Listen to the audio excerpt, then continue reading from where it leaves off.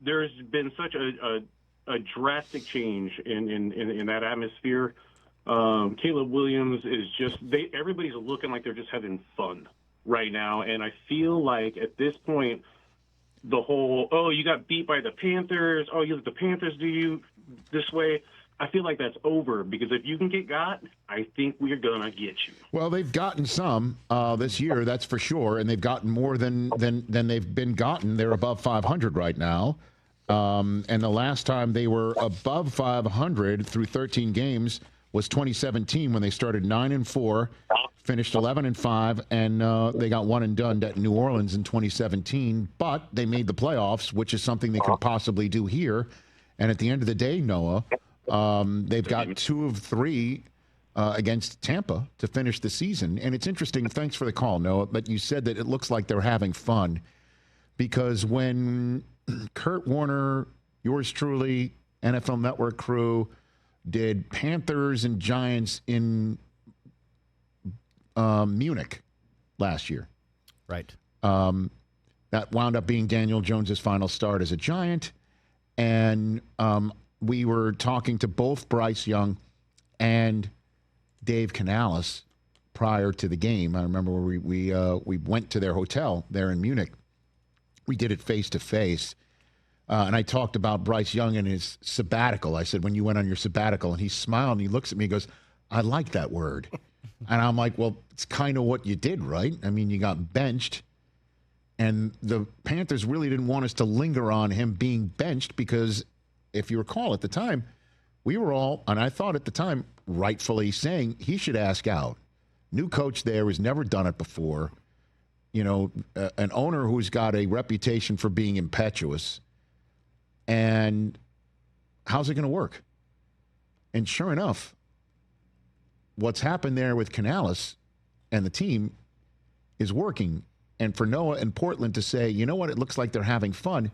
Dave Canales said that he said the sign when it's going to turn, the sign that he's looking for is that when the team's personality, the player's personality comes out on the field in their play, is what he said. So for a Panthers fan to call in and say it looks like they're having fun, it looks like Canales' analysis is happening and is working. And I don't know if they're going to make the playoffs. I just know that they are 7-6, and they now head off on their bye week, while the Tampa Bay Buccaneers have a home game against New Orleans and then a home game against Atlanta on a short week to kick off Week 15. And that's when the Buccaneers will host Tampa in Week 16 before hosting Seattle in Week 17 and finishing up at Tampa. The Falcons are out, unfortunately for Atlanta. It's now a division that could be won by Carolina 100% off their bye. They visit New Orleans.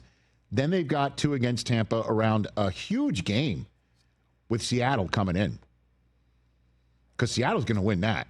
I mean, going to need to win that,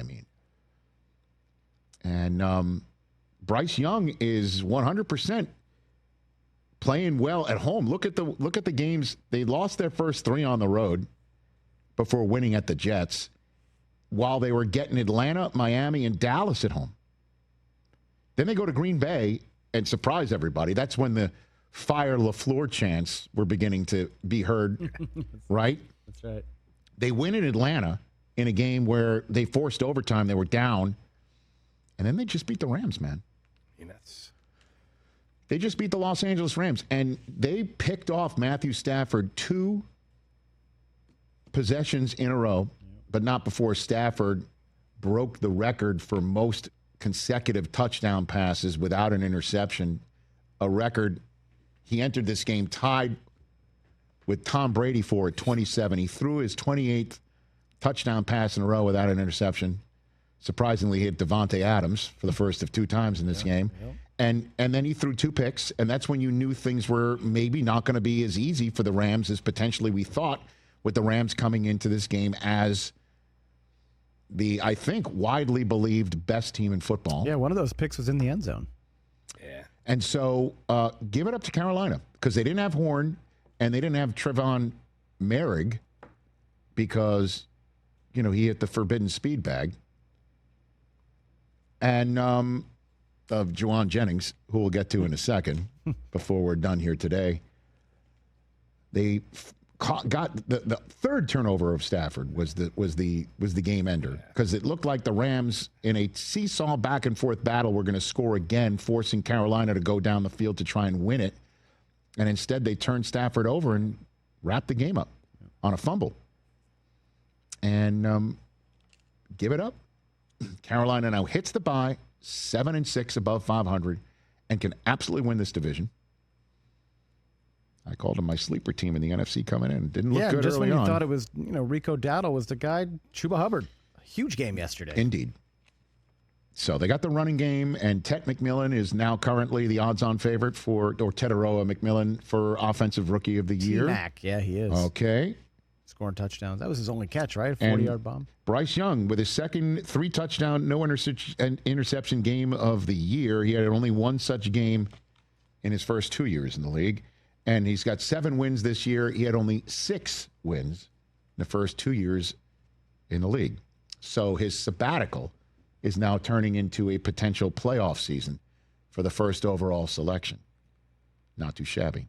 Hey, you made it all the way to the end. Thanks for that. Check us out every single day streaming live on Disney Plus and the ESPN app 12 to 3 Eastern.